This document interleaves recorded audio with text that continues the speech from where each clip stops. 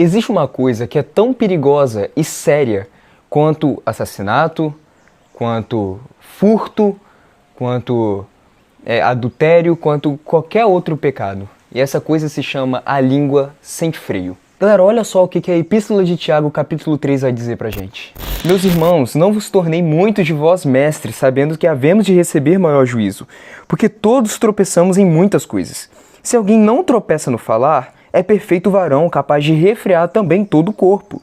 Ora, se pomos freio na boca dos cavalos para nos obedecerem, também lhes dirigimos o corpo inteiro. Observai igualmente os navios, que sendo tão grandes e batidos de rijos ventos, por um pequeniníssimo leme são dirigidos para onde queira o impulso do timoneiro. Assim também a língua, pequeno órgão, se gaba de grandes coisas. Vede como uma fagulha põe em brasas tão grande selva. É mundo de iniquidade. A língua está situada entre os membros de nosso corpo e contamina o corpo inteiro. E não só põe em chamas toda a carreira da existência humana, como também é posta ela mesma em chamas pelo inferno. Gente, vocês observam o que Tiago está falando aqui? Por que eu queria tratar esse assunto aqui brevemente com vocês? Porque eu venho observando que a língua sem freio é algo extremamente sério, mas que tem sido normalizado no meio cristão. Tem sido normalizado. O que você mais vê hoje são cristãos de língua afiada, de línguas prontas para falar sem freio, sem peso algum, e tem sido normalizado. E nós podemos pegar diversos exemplos de língua sem freio, como por exemplo fofoca, mentira, falsidade. Cristãos que na frente das outras falam maravilhas, mas por trás detonam o irmão. Ou então falam mentiras, dá mau testemunho do outro. Gente, isso é uma coisa séria, mas que tem sido muito normalizado. Quando Tiago, ele toca nesse assunto, ele tá realmente, para ele dedicar uma parte do capítulo para isso, ele tá querendo realmente falar sério sobre esse assunto. E mostra o poder que a língua tem. Ele dá várias ilustrações, como o leme de um navio. Um navio é um barco, uma estrutura de mais de 100 metros de largura, mas que é pilotado por um pequeno leme. Ou seja, aquele pequeno leme, quando ele é bem pilotado, quando ele é bem manuseado, ele é capaz de movimentar o navio inteiro. E ele dá o exemplo do cavalo também.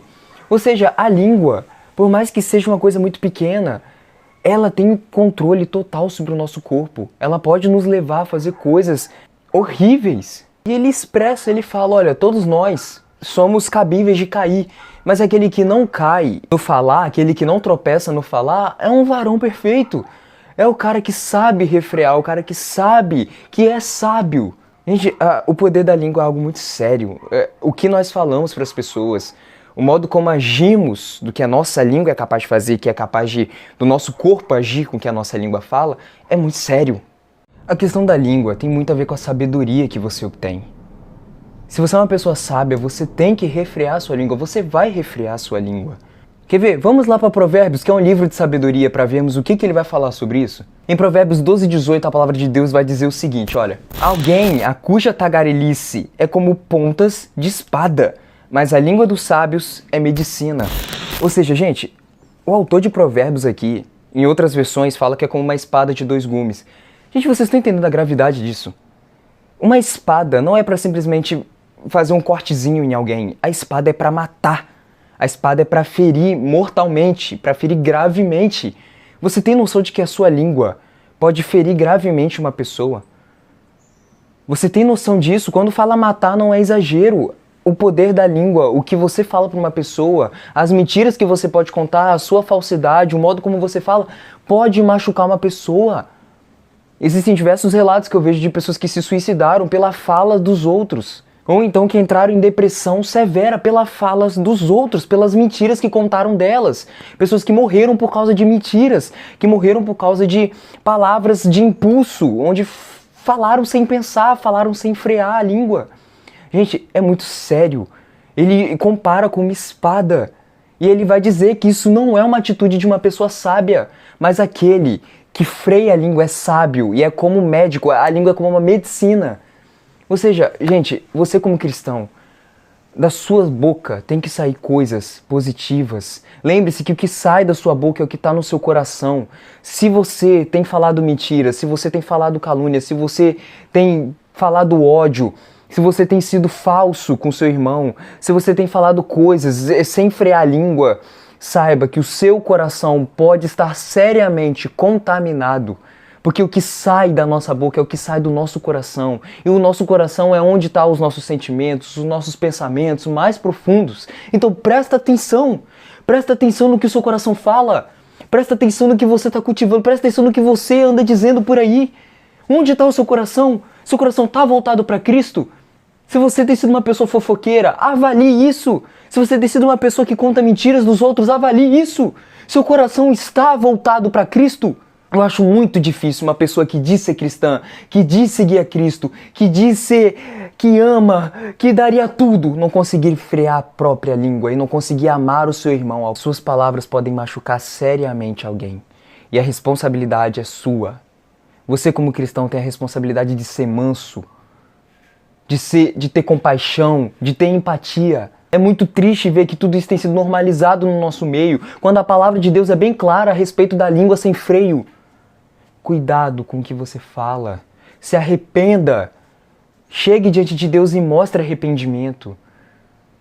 Se você anda julgando as pessoas com facilidade, lembre-se que você tinha tudo para ser julgado também, mas você foi salvo. Jesus, ele tinha total direito de julgar você, mas ele não fez isso. Ele morreu na cruz por você. E a única coisa que ele peça é para que você seja misericordioso também. Para que você tenha compaixão, para que você freie a sua língua. Jesus sofreu, foi humilhado, foi xingado, foi chicoteado, mas ele não abriu sequer a sua boca. Ele foi como uma ovelha ao matadouro. Olha o exemplo de Cristo.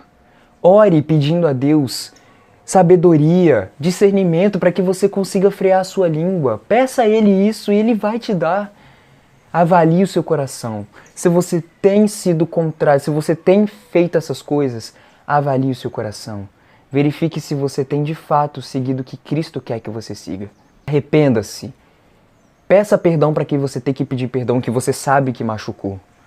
E mude a sua postura. Isso é o papel de todo cristão, que eu falho e que todos nós podemos falhar.